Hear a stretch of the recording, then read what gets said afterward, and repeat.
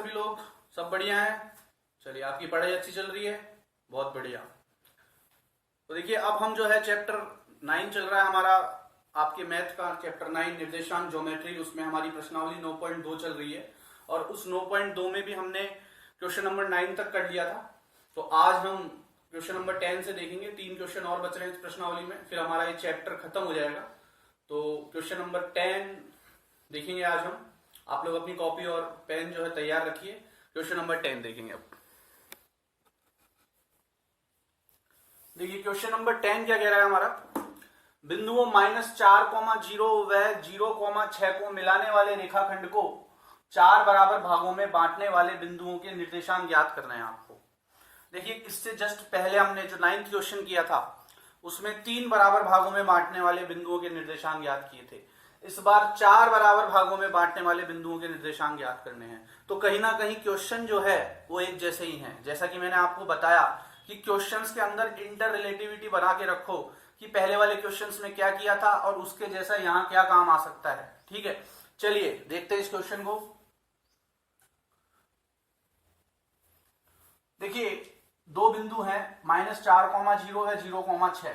तो मैं दो बिंदु ले लेता हूं यहाँ पे, -4,0, थोड़ी लाइन बड़ी बना देते हैं, 4 बराबर भागों में बंटवाना है हमको। -4,0 और 0,6। ठीक है, मान लो ये बिंदु ए है और ये जो 0,6 है ये बिंदु बी है।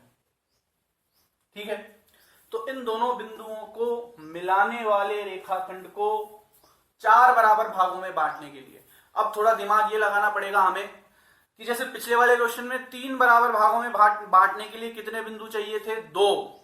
इसी प्रकार 4 बराबर भागों में बांटने के लिए कितने बिंदु चाहिए, 3। तो देखिए, एक बिंदु यहां ले लेता हूं, एक बिंदु यहां ले लेता हूं, एक बिंदु यहां ले लेता हूं। ठीक है, ये बिंदु हो गया सी, ये बिंदु हो गया डी और ये बिंदु हो गया ई। कहीं ना कहीं अगर 4 भागों में बट चुकी है ये रेखा, 1 2 3 4, और चारों भाग क्या है, बराबर। ये बराबर शब्द बहुत इंपॉर्टेंट है। देखिए, क्वेश्चन को अगर आप ध्यान से पढ़ेंगे तो एक एक शब्द की महत्वता होती है क्वेश्चन में।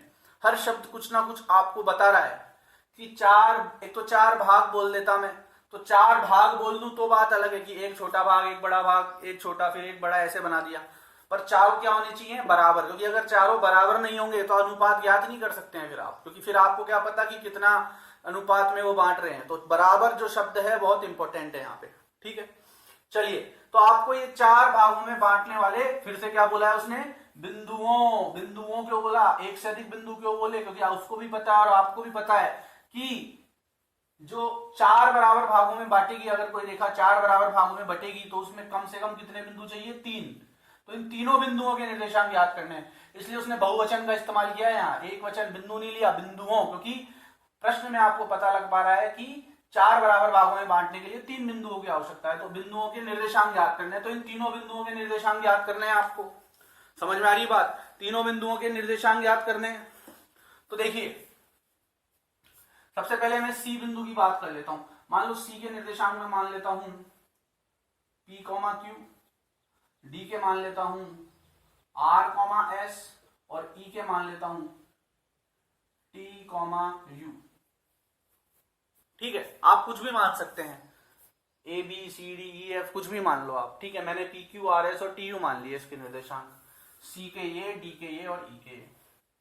ठीक है, अब इनके मुझे क्या याद करने हैं, निर्देशांक याद करने हैं वास्तविक के। तो मैंने माने हैं, इनके मान याद करने हैं मुझे। तो पहले मैं देखता हूं कि सी इस रेखा को, सी जो है वो इस रेखा को किस अनुपात में बांट रहा है। तो सी के इधर कितने हिस्से हैं, 1, और सी के उधर कितने हिस्से हैं, 1 2 3। तो कहीं ना कहीं सी जो है इस रेखा AB को 1:3 में बांटेगा क्या, बिल्कुल बांटेगा। ठीक है, बिल्कुल बांटेगा।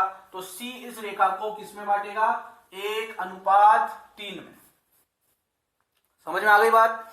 तो सबसे पहले वही जो चीजें हमने जो मानी है वो सब हम यहां लिखेंगे, एक लैंग्वेज के रूप में, एक स्टेटमेंट के रूप में। देखिए कैसे लिखेंगे, सबसे पहले तो दिए गए बिंदु कौन से थे आपको, माना दिए गए बिंदु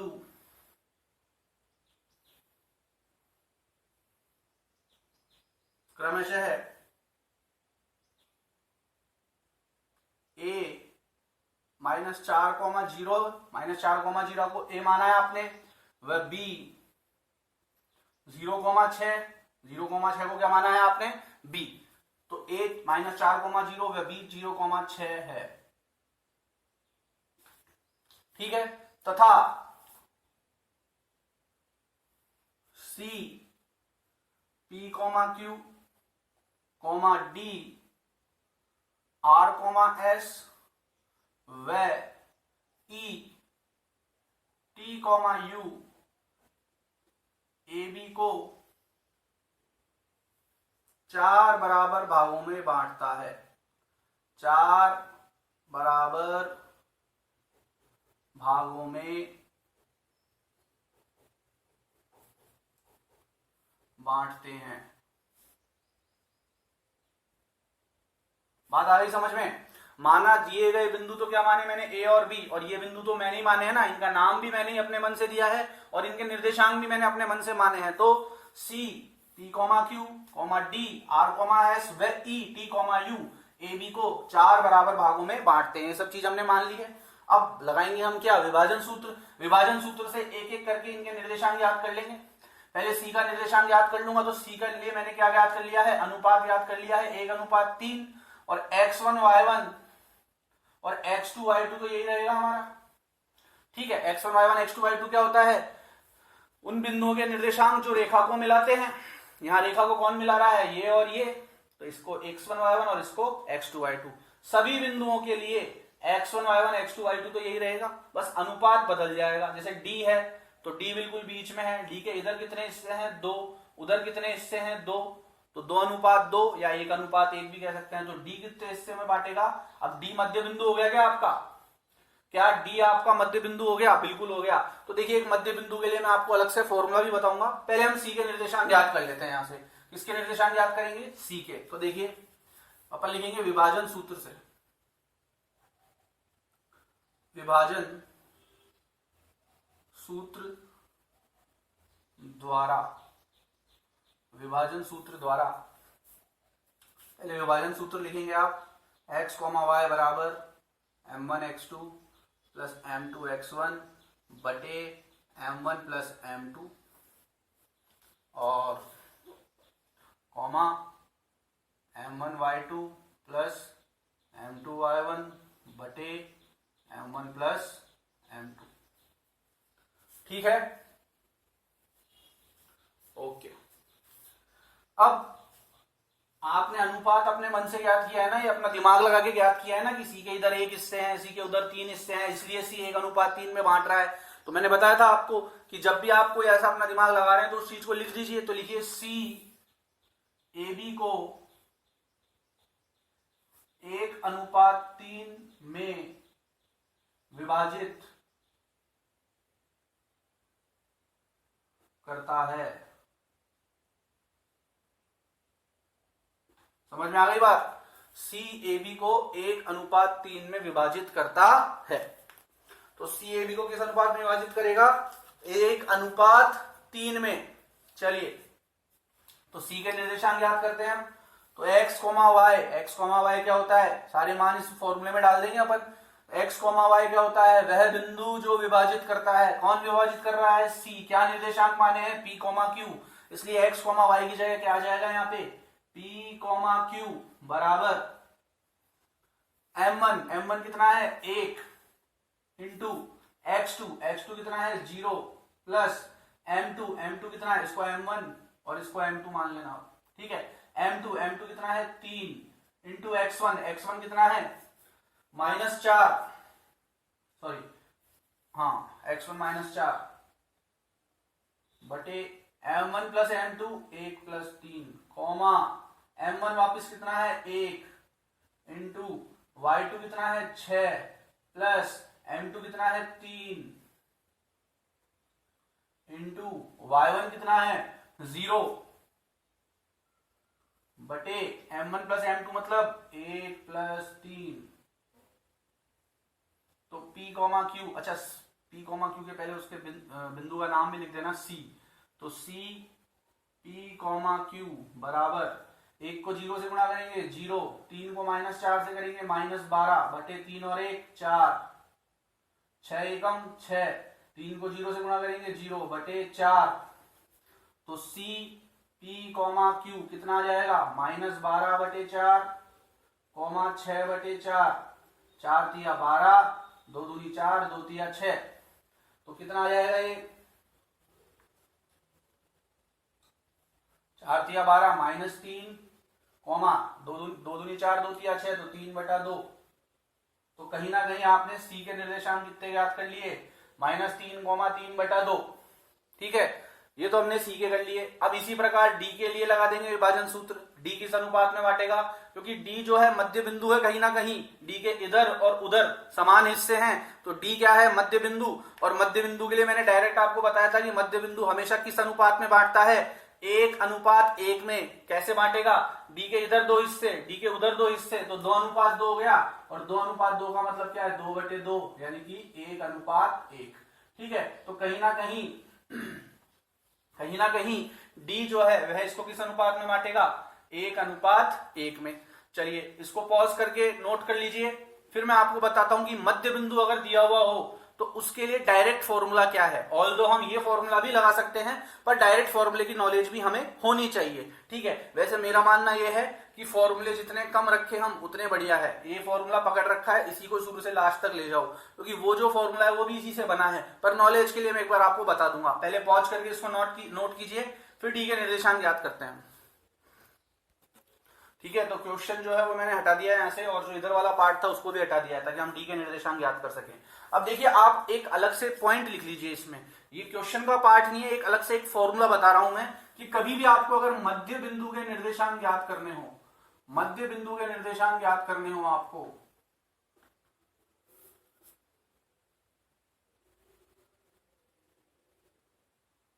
तो डायरेक्ट फॉर्मूला क्या लगा सकते हो आप। डायरेक्ट फॉर्मूला, पहले मैं फॉर्मूला लिख देता हूं, x1 प्लस x2 बटे 2, y1 प्लस y2 बटे 2। अब ये आया कैसे, आपको पता है विभाजन सूत्र क्या होता है, m1x2 प्लस m2x1 बटे m1 प्लस m2, और m1y2 प्लस m2y1 बटे m1 प्लस m2। यही होता है ना विभाजन सूत्र। तो मुझे पता है कि जो मध्य बिंदु है वो हमेशा 1:1 में बांटेगा, मतलब m1 का मान भी 1 और m2 का मान भी 1। तो मैंने कुछ नहीं करा, मध्य बिंदु के लिए डायरेक्ट मैं अनुपात का मान रखने की जगह मैंने यहाँ क्या करा, इस फॉर्मूले में m1 का मान और m2 का मान 1 रख दिया। 1 से x2 गुणा होगा, 1 से x1 गुणा होगा, तो ऊपर क्या बचेगा x2 प्लस x1, जिसे मैंने x1 प्लस x2 लिख दिया। 1 से y2 गुणा होगा, 1 से y1 गुणा होगा, क्या बचेगा y2 प्लस y1, जिसे मैंने y1 प्लस y2 लिख दिया। बटे में 1 में 1 जुड़ेगा तो 2, 1 में 1 जुड़ेगा तो 2। तो ये हमने क्या बना दिया, एक मध्य बिंदु के निर्देशांक के लिए जनरल फॉर्मूला बना दिया है ये। ठीक है, क्योंकि मध्य बिंदु जब भी होगा किसी क्वेश्चन में तो उसका अनुपात m1 m2 हमेशा क्या होगा 1:1, और यहाँ 1:1 रखेंगे तो यही मान निकल के आएंगे। तो ये डायरेक्ट फॉर्मूला है किसका, मध्य बिंदु के निर्देशांक याद करने का। अब आपकी मर्जी है, आप चाहो तो इसको याद कर सकते हो। मान लो बोर्ड में डायरेक्ट पूछ ले आपसे क्वेश्चन कि भैया मध्य बिंदु के निर्देशांक याद करने का सूत्र लिखो, तो उस स्थिति में आप ये सूत्र डायरेक्ट लिख सकते हो। बाकी में अगर क्वेश्चन आता है तो क्वेश्चन आप इसी फॉर्मूले से कर सकते हो, जरूरी नहीं है ये फॉर्मूला लगाओ, ये भी लगा सकते हो। इसमें m1 m2 का मान 1 डाल दो, निकल के यही आएगा। तो फॉर्मूला जितने कम रखे हम उतना अच्छा है। एक कंसेप्ट को पकड़ के चलो और सभी क्वेश्चन उस कंसेप्ट के आसपास ही चलने चाहिए। ठीक है, चलिए तो यह आप नोट कर लेना, मध्य बिंदु के निर्देशांक याद करने का सूत्र है। अब हम लिखेंगे बिंदु डी के लिए, सी तो निकाल लिया हमने, तो अब हम लिखेंगे बिंदु डी ए बी को 1:1 में विभाजित करता है। अच्छा, ये जो फॉर्मूला है इसको आप अलग से लिख लेना, अलग से जहां आपने पहले जो परिचय वाला जो चैप्टर था जो उसमें आपने फॉर्मूला वगैरह लिखा था इसका 9.2 का, वहीं इसको भी लिख लेना। ठीक है, बिंदु डी ए बी को किस अनुपात में 1:1 में विभाजित करता है। ठीक है, डी किस अनुपात में बांटेगा 1:1 में। क्यों, इधर भी 2 हिस्से, इधर भी 2 हिस्से, 2 को कितनी बार काटेगा, 1 बार। चलिए तो फिर से डी के निर्देशांक याद करते हैं। डी के निर्देशांक क्या माने हैं मैंने, r, s, यहां लिख लेना x, y। ठीक है, अब आप चाहो तो पूरा विभाजन सूत्र लगा दो या डायरेक्ट ये फॉर्मूला लगा दो, क्योंकि मध्य बिंदु है। तो चलो ये वाला फॉर्मूला लगा के देख लेते हैं अपन।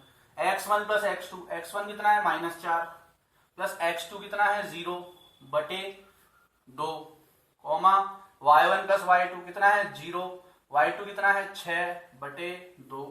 तो d r कोमा s बराबर -4 बटे 2 और 6 बटे 2। कितनी बार कटेगा ये -2 बार, ये 3 बार, तो कितना आ जाएगा -2,3। ये किसके निर्देशांक याद कर लिए हमने, d के। अब कौन बच रहा है लास्ट में, e। तो देखिए e के इधर कितने हिस्से हैं, e के इधर कितने हिस्से हैं 1 2 3 हिस्से हैं e के इधर, और e के उधर कितने हिस्से हैं 1। तो e इसको किस अनुपात में बांटेगा, 3:1 में। e इसको किस अनुपात में बांटेगा, 3:1 में बांटेगा। तो अब e के लिए लिख देना आपकी बिंदु e AB को 3:1 में विभाजित करता है, ठीक है, विभाजित करता है। और E के निर्देशांक निकाल लेना, E T, U बराबर वही फॉर्मूला लगा देना, m1 x2 plus m2 x1 बटे m1 प्लस m2 और m1 y2 plus m2 y1 बटे m1 प्लस m2। फॉर्मूला हम पहले ही लिख चुके हैं, प्रश्न में पहले ही लिख चुके हैं एक बार, तो अब बार बार लिखने की जरूरत नहीं है, आप डायरेक्ट लिख देना इसी प्रकार। इसी प्रकार का मतलब क्या है कि जो पहले फॉर्मूला लगा था वही अब लगेगा, ठीक है। तो इसी प्रकार dr कोमा s, सॉरी इसी प्रकार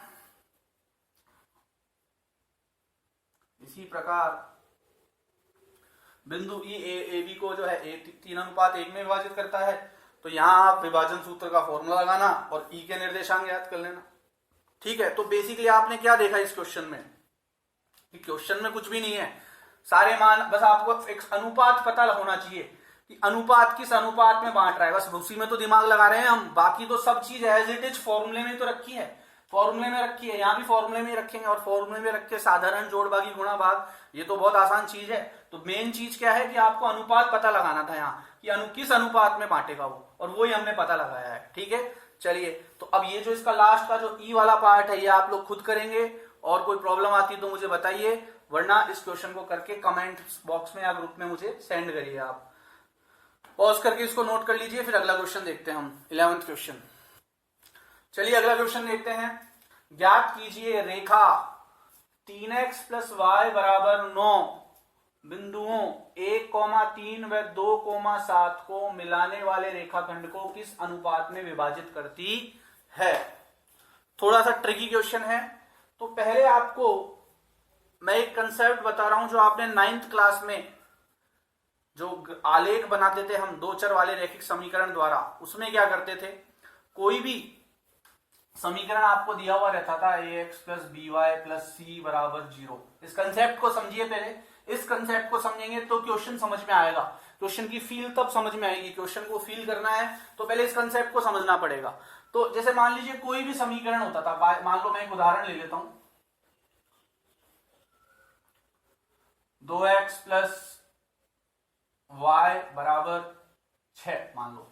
तो मान लो इसका मुझे अगर आलेख बनाना होता था तो क्या करता था मैं, y बराबर 6 माइनस 2x, तो y बराबर 6 माइनस 2x करने के बाद मैं एक टेबल बनाता था, x y के मान निकालता था, x का मान 1 रखता था तो y का मान कितना आएगा 4, 6 में से 2 गए, 2 एकम 2 और 6 में से 2 गए तो 4, x का मान 2 रखेंगे तो 2 दूनी 4 और 6 में से 4 गए तो 2, x का मान 3 रखेंगे तो 3 दूनी 6 और 6 में से 6 गए तो 0। फिर क्या करता था, इसकी मदद से मैं आलेख बनाता था, फिर देखता था ये पॉइंट कहाँ आ रहे हैं कि भाई 1,4 यहाँ आ रहा है, 2,2 यहाँ आ रहा है, 3,0 यहाँ आ रहा है, और फिर इनको मिला देता था। तो ये रेखा तैयार हो जाती थी, ये एक रेखा बनती थी। ये जो रेखा होती थी ये इसी समीकरण की होती थी। तो ये जो आलेख बनाया, ये जो रेखा बनी इस समीकरण से, कैसे बनाई, इसके हलों के द्वारा। ये जो बिंदु है ना, एक x का मान 1, y का मान 4, x का मान 2, y का मान 2, x का मान 3, y का मान 0, ये सब क्या है, इस रेखा के हल हैं। इस रेखा के क्या है, हल। ये सब इस रेखा को संतुष्ट कर रहे हैं, इस समीकरण को संतुष्ट कर रहे हैं। समीकरण को संतुष्ट करने का मतलब क्या है कि यहाँ आप x का मान 1 और y का मान 4 डालोगे तो दायां पक्ष बाएं पक्ष के बराबर आ जाएगा, या x का मान 2 और y का मान भी 2 डालोगे तो दायां पक्ष बाएं पक्ष के बराबर आ जाएगा, या x का मान 3 और y का मान 0 डालोगे तो भी दायां पक्ष बाएं पक्ष के बराबर आ जाएगा। तो ये सब क्या है, इसके हल, इस रेखा के क्या है, हल। ये इस रेखा को संतुष्ट कर रहे हैं और इन्हीं हलों के द्वारा हमने इसका आलेख बनाया। तो कहीं ना कहीं मैं ये कह सकता हूं कि ये जो रेखा का आलेख है ये इसके हलों के द्वारा बना है। कह सकता हूं ये बात मैं कि ये जो आलेख है, ये जो आलेख है ये इस रेखा के द्वारा बना है और इसके हलों के द्वारा बना है, और इस रेखा पर स्थित प्रत्येक बिंदु, इस रेखा पर स्थित प्रत्येक बिंदु, जितने भी बिंदु होंगे ना इस रेखा पर स्थित, वो सब कहीं ना कहीं इसके हल होंगे, वो सब इसके क्या होंगे, हल, वो सब इसको संतुष्ट करेंगे। समझ में आ गई है ये बात आपको? फिर से बता रहा हूं, 9th क्लास में दो चर वाले रैखिक समीकरण में आलेख बनाते थे तो क्या करते थे, दी गई रेखा में से y को या x को अकेला छोड़ते थे, बाकी सब उधर जाता था, फिर जो भी उधर जाता था उसका मान डालते थे और इधर वाले का मान निकाल लेते थे। यहाँ पे मैंने y को अकेला छोड़ा, x का मान डाला, y का मान आ गया, तो ये 3 मान निकालते थे। ऐसे हम तो 3 ही निकालते थे, पर ऐसे असंख्य मान हो सकते हैं, किसी रेखा के अपरिमित रूप से अनेक हल हो सकते हैं, ठीक है, कोई लिमिट नहीं है, कितने भी हल हो सकते हैं, हमने 3 ही निकाले, ठीक है। तो फिर इन 3 मानों की मदद से हम क्या बनाते थे, एक आलेख बनाते थे। तो अब ये जो आलेख बनता है, ये आलेख जो बनता है, जिस प्रकार से ये 3 मान इसके हल हैं, देखो हल क्या होता है, समीकरण का हल क्या होता है, जो उसमें चर राशि का मान होता है और जो समीकरण को संतुष्ट कर दे, समीकरण के दाएं पक्ष को किसके बराबर बना दे, बाएं पक्ष के। x का मान 1, y का मान 4, देखो x का मान 1 रखो, y का 4 रखो, तो 2 एकम 2 प्लस 4 6 आ गया, या 2 रखो और 2 रखो तो 2 दूनी 4 और 2 6 आ गया, या y तो 0 रख दो और x 3 रख दो तो 3 दूनी 6 प्लस 0 6 आ गया। तो दायां पक्ष बाएं पक्ष के बराबर आ रहा है कहीं ना कहीं, ठीक है। तो मैं कह सकता हूं कि इस रेखा पर जितने भी बिंदु हैं, जितने भी बिंदु हैं वो सब इसके हल हैं, उन सब बिंदुओं को वो सब बिंदु इस रेखा को क्या करेंगे, संतुष्ट करेंगे। चलिए ये बात तो हो गई हमारे आलेख की। अब आ जाते हैं हमारे क्वेश्चन पे। देखिए क्वेश्चन क्या कह रहा है, इसको क्वेश्चन को समझ लेते हैं अब। तो मान लो दो बिंदु हैं 1,3 और 2,7। मान लो ये बिंदु A है और ये बिंदु B है, इन दोनों को मैंने मिलाया, ठीक है। ज्ञात कीजिए रेखा 3x प्लस वाई बराबर 9। अभी इसको छोड़ देते हैं थोड़ी देर के लिए।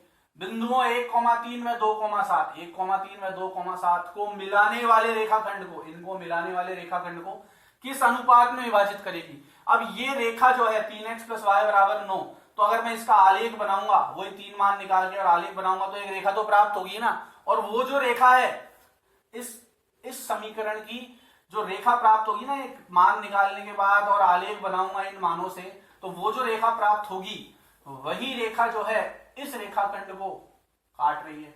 ये जो समीकरण है क्या हो गया, 3x प्लस वाई बराबर 9, ठीक है।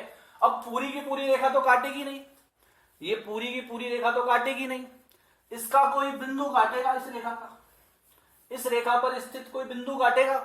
रेखा से कटने का मतलब क्या है, पूरी रेखा थोड़ी काटेगी, पूरी रेखा तो इसको तभी प्रतिच्छेद कर सकती है जब ये इस पे संपाती हो, पर ये तो किसी एक बिंदु पे काटने की बात कर रहा है, ठीक है। तो ये रेखा इस रेखा को पूरी तो काटेगी नहीं, इस रेखा का कोई एक बिंदु इस रेखा के किसी एक बिंदु को काटेगा, तो हम कहते हैं इस बिंदु से गुजरेगा तो हम कहते हैं कि हाँ भाई ये रेखा इसको काट रही है। अब ये जो रेखा है इसको काट रही है, तो आपको पता लगाना है कि किस अनुपात में विभाजित कर रही है, आपको अनुपात ज्ञात करना है। मान लो ये इसको m1 अनुपात m2 में विभाजित कर रही है, और इस रेखा का जो बिंदु विभाजित कर रहा है वो बिंदु है C, जिसके निर्देशांक में मान लेता हूं x, y। समझ में आई क्या बात? इस रेखा का जो बिंदु इस रेखा को विभाजित कर रहा है उस बिंदु को मैं मान लेता हूं C, x, y, और मैं मान लेता हूं कि ये बिंदु इसको m1 अनुपात m2 में विभाजित कर रहा है, ठीक है। आपको m1 m2 का तो मान याद करना है। चलिए तो अब इसमें मैं पहले विभाजन सूत्र लगाऊंगा। अच्छा इसमें हमने कुछ माना है क्या? बिल्कुल माना है, हमने बिंदुओं के नाम माने हैं। माना दिए गए बिंदु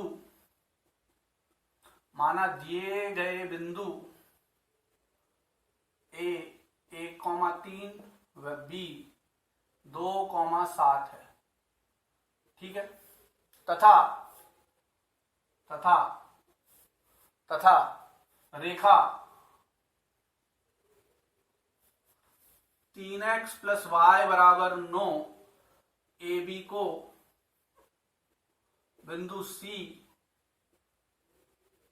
x, y पर m1:m2 में विभाजित करती है।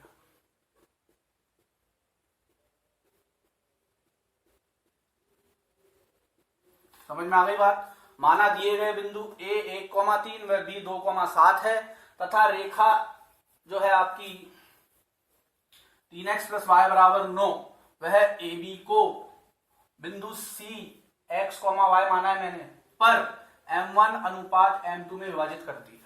ठीक है, चलिए विभाजन सूत्र लगाते हैं। विभाजन सूत्र द्वारा क्या कहता है विभाजन सूत्र? x, y बराबर m1x2 + m2x1 बटे m1 + m2 और m1y2 + m2y1 बटे m1 + m2। ठीक है, चलिए x, y बराबर m1 कितना है? m1 ही है। अच्छा, ये हमारा x1 y1 हो जाएगा। जिन बिंदुओं को मिला के रेखा बनती है उन बिंदुओं को हम क्या मानते हैं? x1 y1 x2 y2। तो m1 × x1 कितना है? 1 प्लस m2 कितना है? m2 ही है इंटू m1 x2 कितना है? 2 प्लस m2 x1 कितना है? 1 बटे m1 + m2 कॉमा m1 की जगह m1 इंटू y2 कितना है भाई? y2 है यहाँ पे 7 प्लस m2 ही है इंटू y1 कितना है? 3 बटे m1 + m2। इसको थोड़ा और सरल रूप में लिख लेते हैं। 2 को m1 से गुणा करेंगे 2m1, 1 को m2 से गुणा करेंगे m2 बटे m1 + m2 कॉमा 7 को m1 से गुणा करेंगे 7m1 प्लस 3 को m2 से करेंगे 3m2 बटे m1 + m2। यहां तक कोई समस्या नहीं होनी चाहिए आपको। यहां तक मैंने साधारण बिल्कुल फॉर्मूला लगाया है। अब ये तो x का मान आ गया, ये y का मान आ गया। अब ध्यान से देखना फिर से कंसेप्ट को। ये तो x का मान आ गया, ये y का मान आ गया। x, y क्या है? विभाजित करने वाला बिंदु। x, y क्या है? विभाजित करने वाला बिंदु। विभाजित करने वाला बिंदु कौन? C। किस पे स्थित है? क्या इस रेखा पर स्थित है? क्या बिंदु C x, y इसी रेखा पर स्थित है? क्या बिल्कुल है, तभी तो ये रेखा इसको काट रही है। ये तो बिंदु हमने माना था C जो इस रेखा पर भी स्थित है और इस रेखा पर भी स्थित है, और इस रेखा को ये वाली रेखा जो है m1:m2 में बांट रही थी। तो x, y इस रेखा पर स्थित है। ये बार बार मैं क्यों बोल रहा हूं? क्योंकि इसी से कंसेप्ट निकल के आएगा, इसी से चीज समझ में आएगी। बिंदु C x, y इस रेखा पर स्थित है। तो मैंने अभी बताया कि अगर कोई बिंदु, मान लो मैंने वो रेखा बनाई थी अभी, तो मैंने बताया था उस पर जितने भी बिंदु थे वो उस समीकरण के क्या थे? हल थे। वो उस समीकरण के क्या थे? हल का मतलब क्या था कि उसके अंदर x का मान और y का मान रखेंगे समीकरण में, तो वो उस समीकरण को संतुष्ट कर देंगे। दायां पक्ष किसके बराबर आ जाएगा? बाएं पक्ष के। तो क्या ये बिंदु C x, y इस रेखा पर स्थित है? क्या बिल्कुल है। तो मैं कह सकता हूं कि ये बिंदु C x, y इस रेखा का क्या है? हल है। मतलब इस बिंदु C में x का मान x की जगह और y का मान y की जगह रखूंगा तो दायां पक्ष किसके बराबर आ जाएगा? बाएं पक्ष के। जो अभी मैंने आपको बताया था कि किसी रेखा पर कोई भी बिंदु जो होता है, ये रेखा है, इस पे अगर ये बिंदु है, जैसे मैंने आपको उदाहरण में क्या लिया था, वहां पे 2x + y बराबर 4 लिया था मैंने, तो y बराबर कितना आया था? 4 - 2x। ठीक है,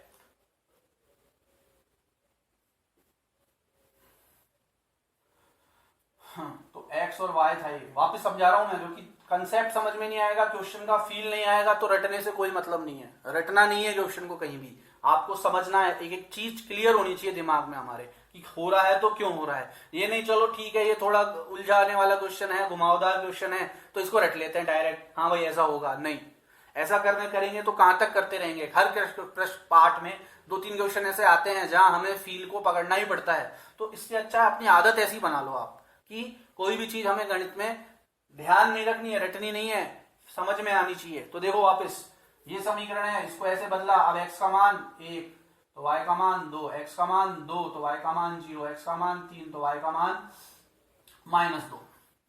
ठीक है, ये निकाल लिया मैंने। वो पहले वाला समीकरण मुझे याद नहीं है मैंने क्या लिया था। फिर इससे मैं कुछ ग्राफ बनाता, जैसे मान लो ये ग्राफ बना दिया मैंने, तो ये तीनों बिंदु इसी पे आ जाते। 1,2 मान लो यहाँ आ गया, 0,2 यहाँ आ गया, और 3,-2 एक बार के लिए मान लेता हूं मैं यहाँ आ गया। ठीक है, अब मैंने क्या बताया कि ये तीनों बिंदु तो इसके हल हैं ही, ये तीनों तो इसको संतुष्ट करेंगे ही। इन तीनों में x और y का मान रखूंगा तो दायां पक्ष बाएं पक्ष के बराबर आएगा ही। इसके अलावा भी इस रेखा पर जितने भी बिंदु स्थित हैं वो सब भी इसके क्या होंगे, हल होंगे। मतलब इन बिंदुओं में से कोई भी बिंदु यहाँ x और y की जगह रखोगे तो दायां पक्ष बाएं पक्ष के बराबर आएगा ही आएगा। इसी प्रकार इस क्वेश्चन में ये जो cx, y है वो इस रेखा पर स्थित है, इसका मतलब ये इसका हल है। मतलब इस रेखा में x की जगह x का मान और y की जगह y का मान रखूंगा तो दायां पक्ष बाएं पक्ष के बराबर आएगा ही आएगा। और यहाँ मैंने x का मान क्या रखा है, ये क्या निकाला है ये, और y का मान क्या निकाला है, ये निकाला है। तो मैं क्या करूंगा, x की जगह तो ये रख दूंगा और y की जगह ये रख दूंगा। कहाँ, इस वाले समीकरण में।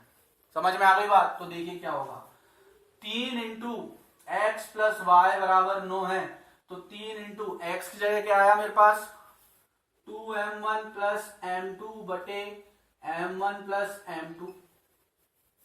ठीक है, और y की जगह क्या आया मेरे पास, y की जगह आया 7m1 प्लस 3m2 बटे m1 प्लस m2 बराबर 9। बात आई क्या समझ में? ये हमारा समीकरण था, इस पे बिंदु C स्थित था, C के निर्देशांक x, y थे। मैंने बताया ये बिंदु इस पे स्थित है इसलिए ये इसको संतुष्ट करेगा। मतलब समीकरण में x की जगह x का मान और y की जगह y का मान रखूंगा तो दायां पक्ष बाएं पक्ष के बराबर आएगा। मैंने x का मान ये निकाला था और y का मान ये निकाला था। समीकरण में x की जगह तो ये रख दिया और y की जगह ये रख दिया। ठीक है, तो x की जगह तो x का मान रख दिया और y की जगह y का मान रख दिया। अब समीकरण बना लेते हैं हम। तो देखिए 3 को इससे गुणा करूंगा तो कितना आएगा, 6m1 प्लस 3m2 बटे m1 plus m2 plus 7m1 plus 3m2 बटे m1 प्लस m2 बराबर 9।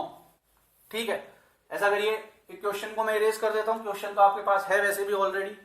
ठीक है, तो क्वेश्चन को मैं इरेज कर देता हूं यहां पे।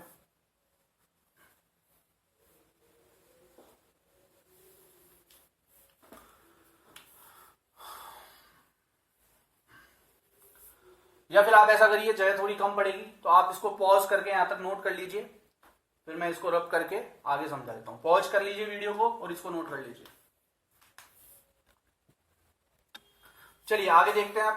अब हम क्या करेंगे इसमें, देखिए इसमें लैसे लेंगे और वही m1 अनुपात m2 निकालेंगे। लैसे कैसे लेंगे, देखिए इसके नीचे भी m1 प्लस m2, इसके नीचे भी m1 प्लस m2, तो दोनों में m1 प्लस m2 लैसे ले लेते हैं।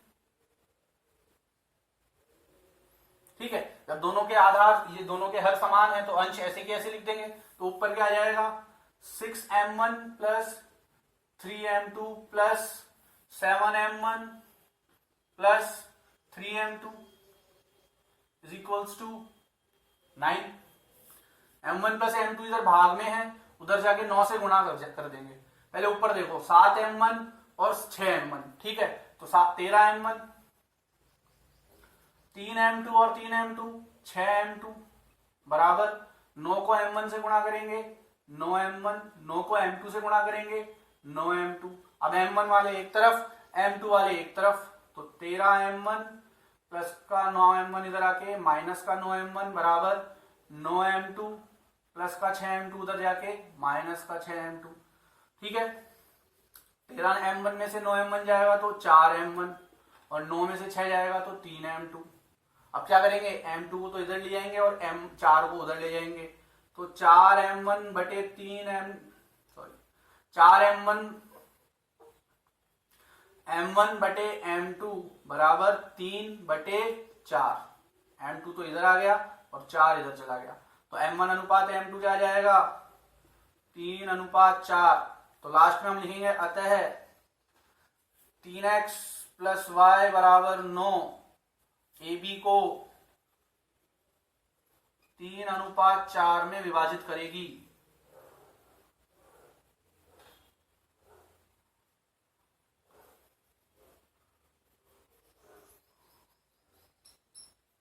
ठीक है, अतः 3x प्लस वाई बराबर 9 AB को 3:4 में विभाजित करती है। ठीक है, तो बेसिक सा कंसेप्ट था इसमें। क्वेश्चन क्या था कि भाई दो बिंदु थे ए बी, उन्हें ये रेखा 3x प्लस वाई बराबर 9 किस अनुपात में बांटेगी। पर इसके पीछे का छुपा हुआ कंसेप्ट क्या था कि अगर ये रेखा इसको बांटेगी तो पूरी रेखा तो बांटेगी नहीं, रेखा पर स्थित कोई बिंदु काटेगा, और रेखा पर ये जो स्थित बिंदु होगा वो इसका हल भी होगा, क्योंकि किसी रेखा पर स्थित हर बिंदु उस रेखा का हल होता है। हल होने का मतलब क्या है कि रेखा में x की जगह x का मान और y की जगह y का मान रख देते हैं तो दायां पक्ष किसके बराबर आ जाता है, बाएं पक्ष के। मतलब वो बिंदु जो है रेखा को क्या करता है, संतुष्ट, अगर वो बिंदु रेखा पर स्थित है तो मैंने विभाजन सूत्र से x और y का मान निकाला था। ठीक है, उसके बाद ये जो बिंदु था C, ये रेखा पर स्थित था, इसलिए इसको संतुष्ट करता, तो x की जगह तो x का मान रख दिया, y की जगह y का मान रख दिया, और फिर इस प्रकार से हमने m1:m2 निकाल लिया। समझ में आ गई बात। अतः हम कह सकते हैं कि ये AB को 3:4 में विभाजित करता है। तो इसको क्वेश्चन को कॉपी करिए और बिना देखे एक बार जरूर इसकी प्रैक्टिस कीजिएगा, और कंसेप्ट को मत भूलिएगा, जो कंसेप्ट इसमें लग रहा है उसको मत भूलिएगा। रेखा वाला कंसेप्ट, बिंदु उस पर स्थित है तो उसका हल होगा, उसको संतुष्ट करेगा, ये कुछ बात है, ये इसमें आपको ध्यान रखनी ही पड़ेगी। ठीक है, चलिए इसको कॉपी कर लीजिए, पॉज करके नोट कर लीजिए इसको, फिर इसका 9.2 का लास्ट क्वेश्चन देखेंगे हम। इसको नोट कर लीजिए पहले आप। देखिए अगला क्वेश्चन क्या है, लास्ट क्वेश्चन है इस प्रश्नावली का। वह अनुपात ज्ञात कीजिए जबकि बिंदु -3, P बिंदुओं -5, -4 और -2, को अंतः विभाजित करता है, और P का मान भी ज्ञात करना है आपको। तो क्वेश्चन को थोड़ा तोड़ के हम एक बार इसका चित्र बना लेते हैं। आपको अनुपात ज्ञात करना है एक तो इसका, ये जो बिंदु -3, P है, ये इन दोनों बिंदुओं को, शायद मेरे से क्वेश्चन कॉपी करने में शायद कुछ छूट गया है।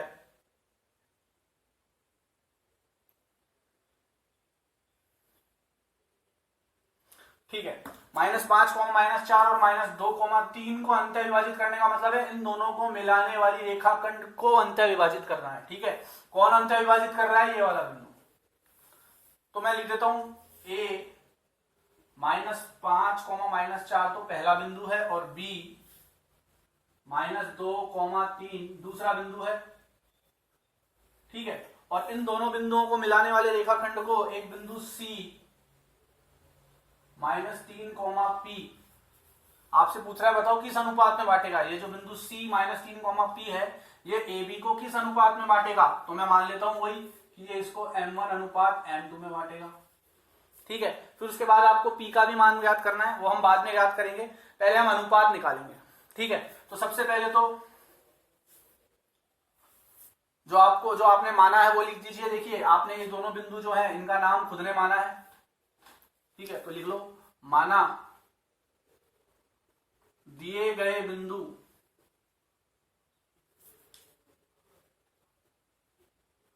इनकी कौन कौन से बिंदु दिए हुए थे, यहाँ पे 3 बिंदु दिए हुए थे, ये वाला, ये और ये 3 बिंदु दिए हुए थे। तीनों का नाम आपने खुद ने माना है, इसका A, इसका B और इसका C। ठीक है, तो आप लिख दीजिए माना दिए गए बिंदु क्रमशः है A -5, -4, B -2, 3 व C -3, P है, तथा CAB को,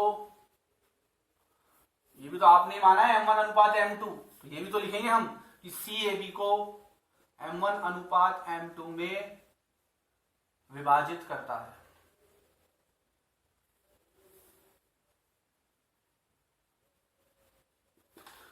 ठीक है भाई, अब वही विभाजन सूत्र लगा देते हैं, क्योंकि अनुपात ज्ञात करना है तो विभाजन सूत्र तो लगाना पड़ेगा। विभाजन सूत्र द्वारा, देखो मैं जब हर क्वेश्चन में आपको यहाँ विभाजन सूत्र लिख रहा हूं, हर बार लिख रहा हूं, क्यों लिख रहा हूं, ताकि आपको एक चीज समझ में आए कि सूत्र जो है वो हमें जरूर लिखना है। क्योंकि वहां पे एग्जाम में जो अब आपकी एग्जाम की कॉपी चेक होती है, तो अगर मान लो ये क्वेश्चन 6 नंबर में आ गया, तो ऐसा नहीं है कि आपको उत्तर निकालने के 6 नंबर मिलेंगे। वो क्वेश्चन को दो दो नंबर के 3 पार्ट्स में डिवाइड कर लेगा जो एग्जामिनर है, उनको इंस्ट्रक्शंस भी ऐसे ही मिलते हैं। अब आपने मान लो ये लाइन लिख दी और विभाजन सूत्र लिख दिया तो 2 नंबर मिल गए आपको। मान लो आपने चित्र नहीं बनाया, विभाजन सूत्र नहीं लिखा तो 2 नंबर कट गए। फिर आपने इसको विभाजन सूत्र लगाने के बाद आपने हल कर दिया तो और 2 नंबर मिल गए। फिर आपने हल करने के बाद लास्ट में उत्तर निकाल के लास्ट की लाइन भी लिख दी तो पूरे 6 नंबर मिल गए। तो इस तरह से क्वेश्चन की जो चेकिंग होती है वो टुकड़ों में बढ़ जाती है। क्वेश्चन को स्टेप्स में बांट लिया जाता है और हर स्टेप के नंबर मिलते हैं। स्टेप मार्किंग होती है गणित के अंदर। समझ में आ रही बात? तो हर चीज लिखो आप। ये लाइन लिखी उसके बाद विभाजन सूत्र हर बार लिखो आप। ठीक है, तो विभाजन सूत्र द्वारा, विभाजन सूत्र क्या कहता है? x, y बराबर m1 x2 plus m2 x1 बटे m1 plus m2 comma m1 y2 plus m2 y1 बटे m1 प्लस m2।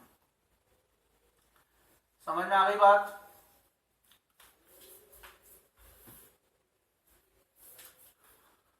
अब देखिए,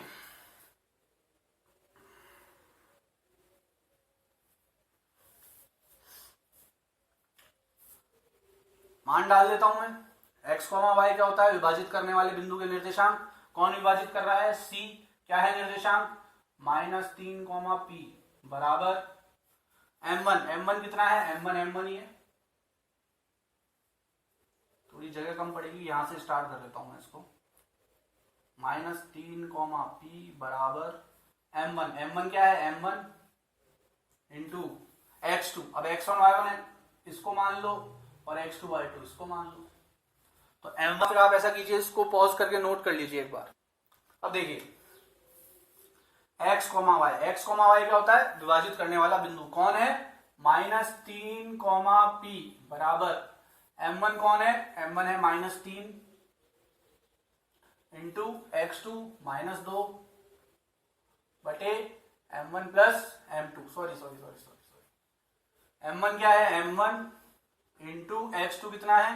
-2 बटे m1 comma m1 x2 plus m2 x1। x1 कितना है? -5 बटे m1 plus m2 comma m1 कितना है? m1 इंटू y2 कितना है? 3 प्लस m2 इंटू y1 कितना है? -4 बटे m1 प्लस m2।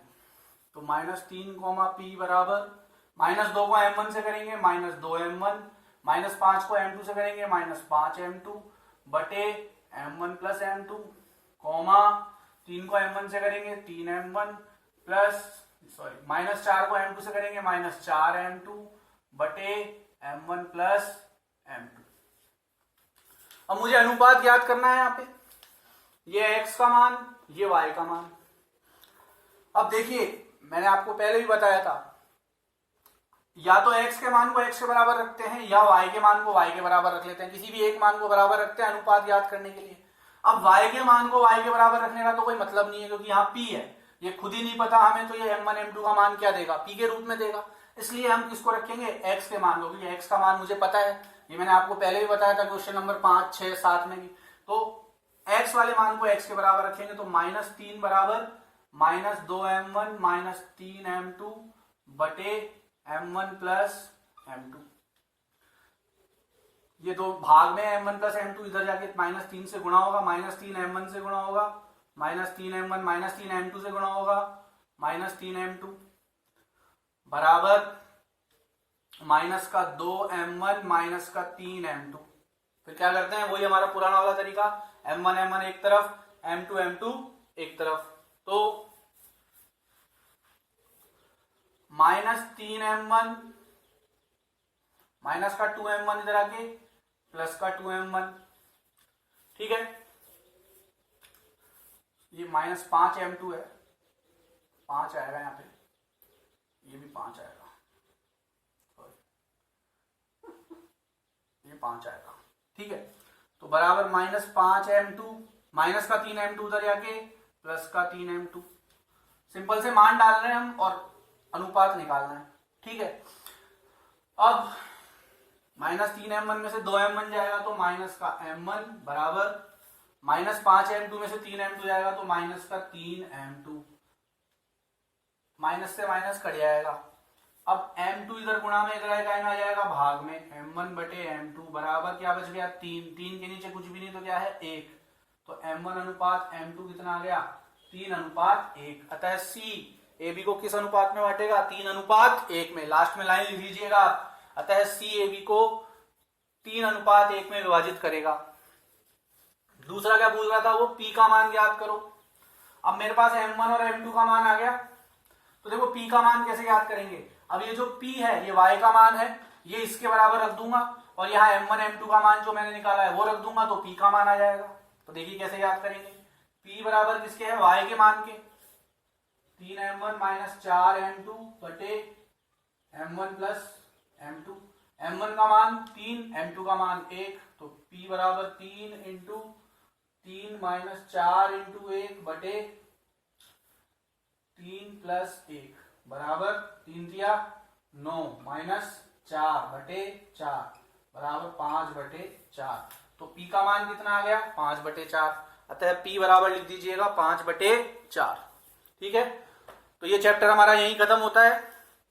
अब आपको क्या करना है, एक तो आज जो भी मैंने एक दो क्वेश्चन, एक शायद एक क्वेश्चन दिया है, एक पार्ट दिया है आपको, उसको करना है आपको। साथ ही प्रश्नावली 9.1 के उदाहरण देखने हैं आपको, और जिस भी उदाहरण में प्रॉब्लम आती है वो आप मुझे कमेंट बॉक्स में कमेंट करके बताइए, मैं यहां समझाऊंगा। ठीक है, प्रश्नावली 9.1 के उदाहरण देखने हैं, हमें कवर सब कुछ करना है, उदाहरण भी कवर करने हैं, विविध प्रश्नमाला भी कवर करनी है। तो पहले उदाहरण कवर करेंगे अब हम। तो आप प्रश्नावली 9.1 के उदाहरण देखेंगे, क्वेश्चन को पढ़ो, उसको बिना देखे, हल नहीं देखना है, क्वेश्चन को पढ़ के उसको खुद हल करने की कोशिश करनी है। ठीक है, मान लीजिए नहीं आ रहा तो एक बार हल देखो उसका, फिर बिना देखे करने की कोशिश करो, फिर भी नहीं आ रहा तो कमेंट बॉक्स में कमेंट करो, मैं यहां समझाऊंगा। समझ में आ रही है बात, या ग्रुप में मुझे बताओ तो मैं यहां समझाऊंगा। एक बार 9.1 के उदाहरण देखिए, फिर 9.2 इस तरह से लेंगे, और फिर विविध प्रश्नमाला भी लेंगे। इसमें आपको जो है अब हम डिसाइड करेंगे कि अगला पार्ट कौन सा करना है, तो वो मैं आपको बता दूंगा। जहां तक है हम पहले वो पार्ट ले रहे हैं जिनमें से 6 नंबर के क्वेश्चन आते हैं। ठीक है, तो जैसे ये पार्ट था, इसमें से 6 नंबर का क्वेश्चन आता है। एक आपका ग्राफ वाला क्वेश्चन, जो अभी हमने ग्राफ बना के मैंने क्वेश्चन में इससे पहले वाले में दिखाया था, मतलब रैखिक समीकरण जो है, 2 चर वाले रैखिक समीकरण, एक वो वाला पार्ट है, उसमें से भी ग्राफ का क्वेश्चन आता है। और ऐसे पार्ट हैं जो आपको 6 में से 6 नंबर ही देंगे, इजी क्वेश्चंस हैं, अच्छे नंबर मिल सकते हैं। ये पार्ट है इजी क्वेश्चन है और बढ़िया नंबर हम प्राप्त कर सकते हैं। वो वाला पार्ट है इजी क्वेश्चंस है और बढ़िया नंबर हम प्राप्त कर सकते हैं। इसके अलावा इस पार्ट के कुछ important questions, previous year questions अलग अलग बोर्ड्स के, वो भी मैं आपको पीडीएफ बन रही है उसकी, तो वो पीडीएफ में प्रोवाइड करा दूंगा जैसे ही तैयार हो जाएगी। ठीक है, तो अब या तो हम इसके बाद 2 चर वाले रैखिक समीकरण का जो पार्ट है आपका, वो पार्ट देखेंगे। प्रश्नावली 7.1 के उदाहरण करने हैं आपको और ग्रुप में पोस्ट करना है। धन्यवाद।